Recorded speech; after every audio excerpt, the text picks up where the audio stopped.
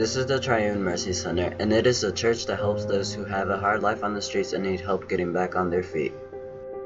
It's phenomenal how he can do all of this freehand. And so we have a bunch of these. He's left us stacks of these, so we put some out every sale and do that.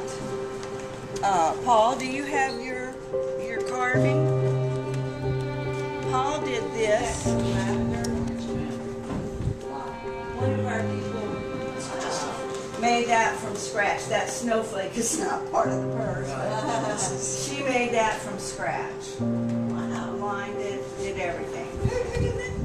Anastasia. Wow, that's awesome. Yeah. Yeah. And she just made that pattern herself. I mean, we just have so many talented people that can come in here and just look around and figure out what to do. And Cindy that just came in as our guinea pig.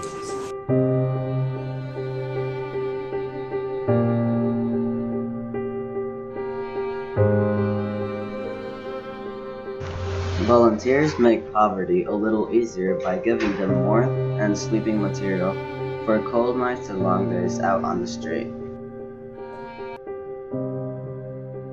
Those who love music but cannot afford to buy an instrument can be inspired if you give them a chance. The kids play with blocks pretending to build the houses they would love to live in instead of living on the street. All day. I tried to get her mom to come up, but she just did groceries. She wouldn't come up. Okay, good. But anyway, it is a wonderful tool to promote learning and thought of the child. The unit block is conducive to math and science. Actually, every learning skill that goes across the curriculum, actually, of them teaching science, math, social skills. It's amazing. It really is, and they are amazing. And the child is powerful in their thinking, and it's making their thinking visible. So they can sit down. Their universal language. I don't speak Spanish. Lots of these children are Hispanic, so they come in. They meet the block, and immediately they know what to do with the block, and they start building their thoughts. And through this process, it is helping the child learn. Two squares make one rectangle. Two of these rectangles make a unit and a half. So it's promoting, and then gravity, science, just will it stand and will it stay? And then getting along with others when they're working together, communicate. So it's a wonderful, wonderful tool. And we are now, our children leave here, some in tears because they don't want to leave. They want a set of blocks. So we've been working on this forever, but we've gotten the Greenville Woodworking Guild up and running, and we've just gotten 20 sets of the first set of 50 full sets to be able to start going on with the children.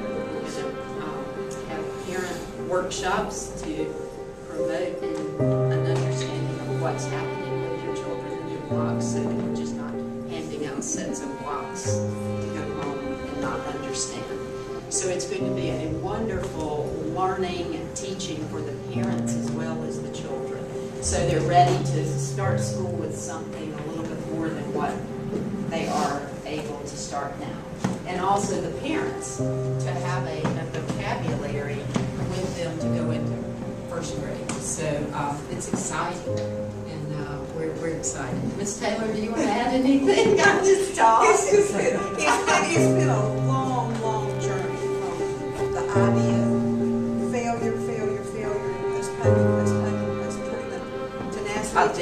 tenacity, and finally everything came together. The Woodworking Guild, a Greenville decided that they would take this on as a project, and they're about this. 8. Building can inspire you.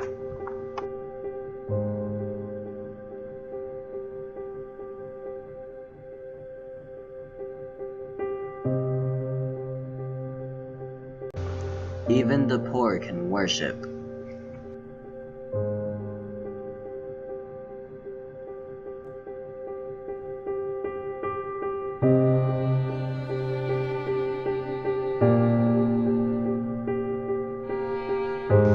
Donations are needed to feed people who cannot afford food for themselves or their children.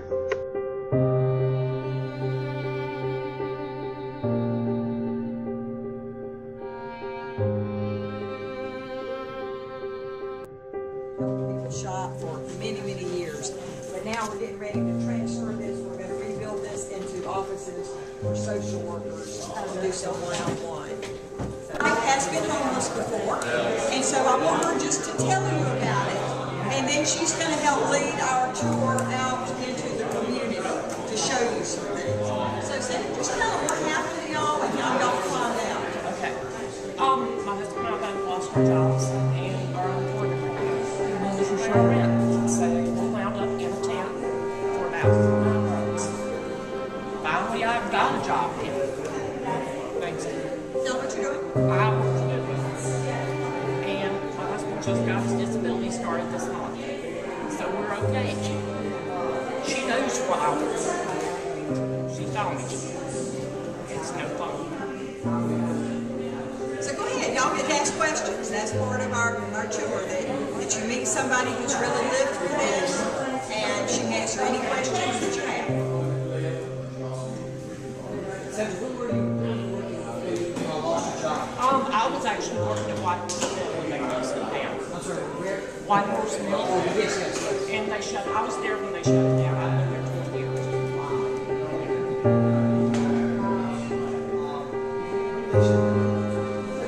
That's been, yeah, that's been about 15 years ago. But after that, I went to work through temp services and I was doing day labor. Just whatever I could find. But you can imagine, I mean, this was the textile capital of the world. And so when all these mills started closing down, a lot of these workers were not trained for anything else. Yeah. I went to work there, I was 19 years old. What was your job at the mill? I was a worker there. Okay. My grandparents worked mills, you know, their whole lives. Yeah. Yeah, my grandparents were Judson. Oh, Judson? Yeah. Tent City is filled with people who do not want to admit that they need help when they really do. These people are most likely to be addicts who need mental or physical counseling.